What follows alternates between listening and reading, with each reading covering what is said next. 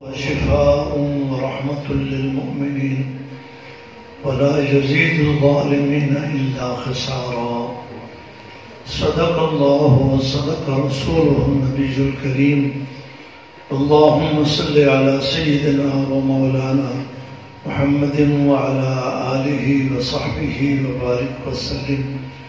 اللهم صل على سيدنا ومولانا محمد وعلى آله وصحبه وبارك وسلم. اللهم صل على سيدنا ومولانا محمد وعلى آله وصحبه وبارك وسلم. جمعے کا وقت مکمل ہو چکا ہے. 1:45 آپ کی مسجد میں جمعہ ہوتا ہے، لیکن آج پروگرام کی وجہ سے حضرات نے وقت کو تھوڑا سا لمبا کیا ہے. مجھے حکم ہوا ہے کہ 2:15 کو جمعہ پڑھیں گے، تو آپ حضرات کا کیا خیال ہے کہ 2:15 تک بیٹھیں گے؟ انشاءاللہ. جزاکم اللہ احسن الجزا. چونکہ یہ وقت آپ کا ہے، مسجد والوں کا نہیں ہے. مسجد والوں کا تو 2:45 کا ہے، تو اس لیے آپ سے اجازت لے رہا ہوں. اگر آپ بیٹھیں گے تو انشاءاللہ 2:45 تک آپ کی ہماری مجلس جاری رہے گی. اگر آپ تھک جائیں گے تو ہاتھ کھڑا کر دیں گے، پہلے ہی بند کر دیں گے انشاءاللہ. تصوف کے 4 سلسلے ہیں: نقش بندی، قادری، چشتی، سہروردی. ان 4 سلسلوں کی غرض ایک ہی ہے کہ یہ آنے والوں کو ایسا راستہ چلاتے ہیں جو سیدھا جنت کو جا رہا ہے. سبحان اللہ. قادری ہوں، نقش بندی ہوں، چشتی ہوں یا سہروردی، ان سب کی غرض ایک ہی ہے کہ اللہ کے بندے اللہ کی جنت میں چلے جائیں اور ایسا راستہ چلیں جو سیدھا جنت کو جا رہا ہے. ہم روزانہ نماز میں کئی بار اللہ سے سیدھا راستہ مانگتے ہیں. اہدنا الصراط المستقیم، یا اللہ ہمیں سیدھا راستہ چلا. دوسری جگہ قرآن پاک میں ہے ھذا صراطی مستقیما فاتبعوہ ولا تتبعوا السبل فتفرق بکم عن سبیلہ. یہ راستہ ہے میرا جو سیدھا جا رہا ہے، اسی پہ چلتے چلو. اس سے ارد گرد کسی اور راستے پہ نہ چلنا، ورنہ کسی وادی میں بھٹک کر گر جاؤ. وہ راستہ کون سا ہے جو سیدھا جا رہا ہے؟ وہ جنت کا راستہ ہے. یہ 4 سلسلوں والے کسی جنت کے راستے پہ چلاتے ہیں. اس راستے کو کہتے ہیں سلوک. اس راستے پہ چلنے والے کو کہتے ہیں سالک. سالکین اس جنت والے راستے پہ چلنا شروع کرتے ہیں تو اس کا آغاز ہوتا ہے توبہ سے. سب سے پہلے جب یہ کسی شیخ کے پاس آتے ہیں کہ ہم نے سلوک والا راستہ طے کرنا ہے، ہمیں اس کے اوپر چلاؤ، تو سب سے پہلے توبہ کراتے ہیں. اللہ تعالیٰ نے جہاں اپنے بندوں پہ بے انتہا رحمتیں اور انعامات کیے ہیں، ان میں سے ایک انعام اللہ کا یہ بھی ہے کہ اللہ نے 70,000 چوڑا دروازہ رحمت کا توبہ والا کھول دیا ہے. سبحان اللہ. یہ بندہ زندگی کے کسی مرحلہ میں بھی خیال آ جائے کہ میں بھٹکا ہوا ہوں، بھولا ہوا ہوں، دوبارہ اللہ سے شروع کر لوں، اللہ کو منا لوں، تو وہ دروازہ کھلا ہوتا ہے. رات کے 3 بجے اٹھ جائے، رات کے 2 بجے اٹھ جائے، 12 بجے اٹھ جائے، زندگی کے بڑھاپے میں، زندگی کی شام میں آ جائے، جب آ جائے، جس وقت آ جائے، جس حالت میں آ جائے، جتنے گناہ لے کر آ جائے، توبہ کا دروازہ کھلا ہے. اور اللہ پاک کا اعلان 24 گھنٹے جاری ہے، چل رہا ہے کہ اے میرے گناہگار بندو آؤ، میرے سامنے آ کے گڑ گڑاؤ، ندامت کے ساتھ توبہ کرو، میں تمہیں ایسے پاک کر دوں گا جیسے اماں کے پیٹ سے باہر آئے تھے۔ سبحان اللہ۔ جب آدمی اماں کے پیٹ سے باہر آتا ہے اس کے جسم پر کوئی گناہ کا دھبا ہوتا ہے؟ اس کو کہتے ہیں معصوم، معصوم بچہ، یعنی بالکل گناہوں سے پاک۔ اللہ پاک توبہ کرنے والے کو بھی گناہوں سے پاک کر دیتا ہے، لیکن اس کے لیے شرط ہے کہ دل میں ندامت ہو اور ندامت کی وجہ سے آنکھوں سے آنسو آ جائیں، صرف 2 آنسو بھی بہ پڑے تو اللہ راضی ہو جاتا ہے۔ سبحان اللہ۔ جب یہ اعلان ہوا کہ 2 آنسو بہائے، ندامت کے ساتھ آئے، اللہ کی بارگاہ میں گڑ گڑائے، اللہ اسے پاک کر دے گا، تو تھوڑا سا شیطان کو خوشی باقی تھی کہ ہر بندہ اس طرح نہیں ہوتا کہ وہ رو بھی لے۔ بعض بندوں کا مزاج بڑا سخت ہوتا ہے، ان کو آنسو ہی نہیں آتے، چلو وہ تو میرے حصے میں رہ جائیں گے۔ اللہ تعالیٰ کی رحمت کو جوش آیا، فرمایا میرے محبوب میرے بندوں کو اعلان کر دو، اگر دل میں ندامت آ گئی ہے، توبہ کرنا چاہتا ہے، آنکھوں میں آنسو نہیں آتے، کوئی بات نہیں، رونے کی شکل بنا کے آ جاؤ، پھر بھی معاف کر دو۔ سبحان اللہ۔ اب شیطان نے سر میں مٹی ڈالنی شروع کی اور پریشان ہو گیا کہ طبیعت رونے والی تو ہر بندہ بنا سکتا ہے، یہ تو کوئی مشکل نہیں۔ تو سب سے پہلی بات ہے توبہ۔ جب وہ توبہ کر کے اپنے آپ کو پاک کر لیتا ہے تو پھر سلوک والے راستے پہ چلنا شروع کر دیتا ہے۔ پھر 3 چیزوں کی ضرورت ہوتی ہے اس سالک کو۔ سب سے پہلے راہبر کی ضرورت ہے۔ اس لیے کہ دنیا میں کوئی بھی راستہ بغیر استاد کے طے نہیں ہوتا۔ چھوٹا سا راستہ بھی ہو تو اس کے لیے بھی ہادی کی ضرورت ہے، راہبر کی۔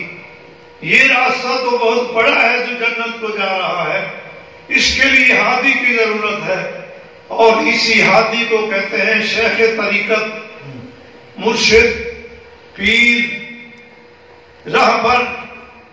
یہ راہبر لینا ضروری ہے تاکہ اس مشکل راستے میں کہیں راستے میں اگر بھٹکنے لگے تو اس کو سنبھال لے، پوچھ پوچھ کر چلتا رہے۔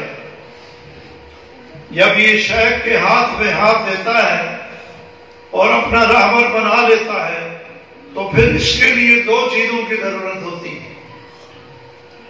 سب سے پہلے اطلاع، اپنی ہر کیفیت کو بتائے کہ آج کل میرے اوپر کیا کیفیات طاری ہو رہی ہے۔ کبھی اچھی کیفیات طاری ہوتی ہیں، کبھی بری کیفیات طاری ہوتی ہیں۔ اپنی کیفیات کو بتاتا جائے۔ اور دوسری چیز ہے اتباع، بتاتا جائے اور جو کچھ ہدایت ملے مانتا جائے، تو یہ راستہ طے ہوتا چلا جاتا ہے۔ اگر اس نے ماننا چھوڑ دیا یا اطلاع کرنی چھوڑ دی تو یہ کہیں نہ کہیں راستہ بھٹک جائے گا۔ اگر یہ کہیں راستہ بھٹک گیا تو پھر یہ کسی وادی میں گرے گا اور پھر اٹھنا اس کے لیے مشکل ہو جائے گا۔ کتنی چیزوں کی ضرورت ہے بھائی؟ 2۔ کون کون سی؟ اطلاع اور اتباع۔ اطلاع اور اتباع۔ اگر اطلاع نہیں کرے گا تب بھی کام نہیں چلے گا۔ اطلاع کرنے کے بعد جو ہدایت ملی ہے اس کی اتباع نہیں کرے گا پھر بھی کام نہیں چلے گا۔ ہمارے بزرگ تھے خواجہ عبد المالک صاحب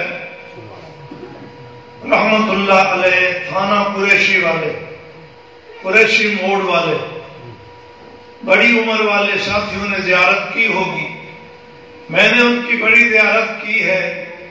میرے شیخ حضرت عبداللہ بہلوی کے پیر بھائی تھے، فضل علی قریشی رحمت اللہ علیہ کے رنگے ہوئے تھے۔ اللہ تعالیٰ نے ان کو بڑا کمال عطا کیا تھا۔ ان کے ایک دفعہ خلیفے نے بتایا کہ ایک دفعہ بس میں سفر کر رہے تھے، سادہ آدمی تھے، سادہ طبیعت تھی، بسوں میں سفر کرتے تھے، تو کوئی ایک فن خواہ بندہ بیٹھا تھا، وہ طنز کرنے لگا، مذاق کرنے لگا، جیسے بعض لوگوں کی عادت ہوتی ہے کسی سادے آدمی کو، کسی سادے مولوی کو دیکھ کر مذاق کرنے لگ جاتے ہیں۔ مذاق کرنے لگ گئے۔ حضرت یوں مراقبے میں بیٹھے تھے تو آپ نے کہا اللہ، کیا کہا؟ اللہ، زور سے کہو اللہ، پھر کہو اللہ، پھر زور سے کہو اللہ۔ پھر کیا ہوا؟ پوری بس کے اندر جتنی سواریاں بیٹھی تھی تمام کی زبان پہ جاری ہو گیا اللہ اللہ اللہ اللہ اللہ۔ پھر اس فن خواہ کو پتہ چلا کہ یہ سادہ آدمی تو کوئی اللہ کا ولی ہے، اللہ کی ولایت کو اس کو ماننا پڑا۔ جس شیخ کے یہ مرید تھے مولانا فضل علی قریشی رحمت اللہ علیہ، میرے شیخ بہلوی کے بھی وہ شیخ تھے، میرے شیخ بہلوی کی بھی بڑی عمر والوں نے زیارت کی ہوگی۔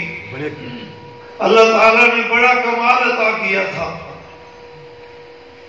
ان کے جو شیخ تھے فضل علی قریشی رحمت اللہ علیہ، ان کے بارے میں ایک قاری صاحب نے مجھے بتایا کہ جب یہ مسکین پور شریف میں آئے تو اس وقت لوگ بدعات کے عادی تھے، شرک و بدعات میں پھنسے ہوئے تھے۔ انہوں نے جب اللہ کی توحید کا نام لینا شروع کیا تو وہاں کے علاقے کے جو بڑے لوگ تھے ذمہ دار مخالف ہو گئے۔ وہ قاری صاحب کہتے ہیں کہ میرے ابا تھے، ایک جولاہے سے کپڑا بنواتے تھے۔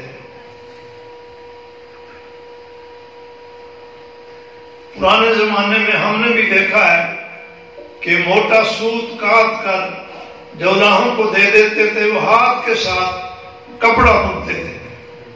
نوجوانوں کو تو پتہ نہیں کیونکہ انہوں نے تو کارخانے دیکھے ہیں، ہاتھ کے ساتھ کپڑے بنتے تھے جولاہے۔ اس نے کہا سردی آ رہی ہے، میں موٹا کپڑا بنوا لوں، ذمہ لگا گیا۔ تو ایک دفعہ پتہ کرنے کے لیے آیا جولاہے کے ساتھ۔ وہ جو جولاہا تھا وہ ذرا بدماش بھی تھا۔ انہوں نے کہا کہ میرے کپڑے کو کتنی دیر ہے؟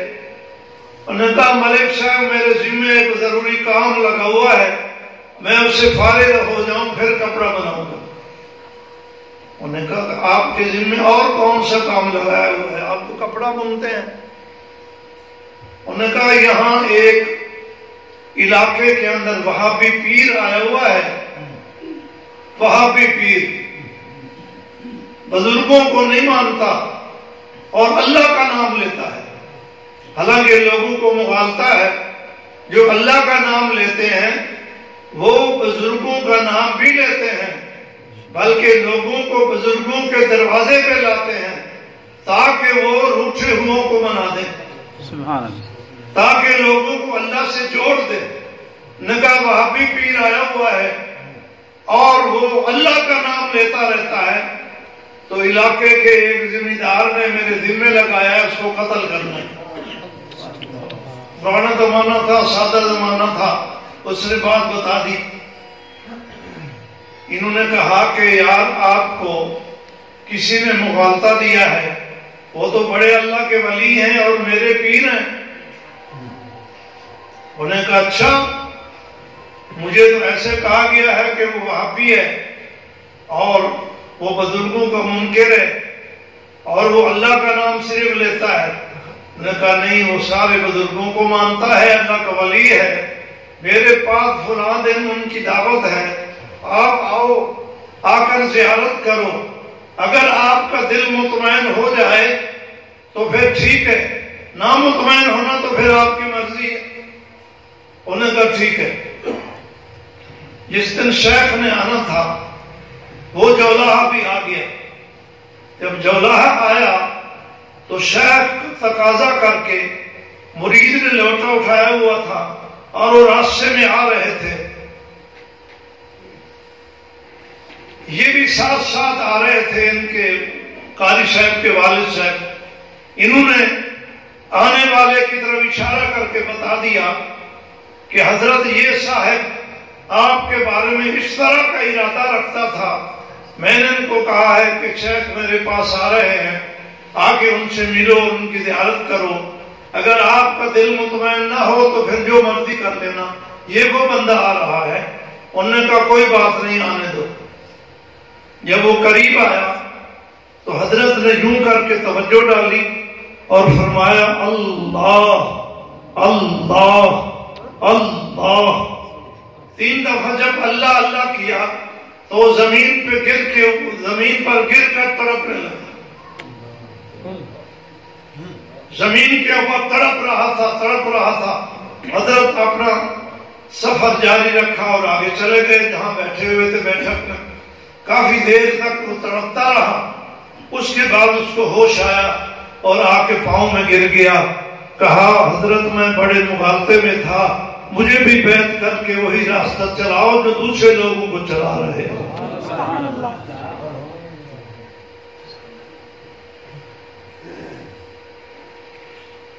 میں بتا رہا تھا، یہ درمیان کے اندر ضمناً بات آ گئی تھی۔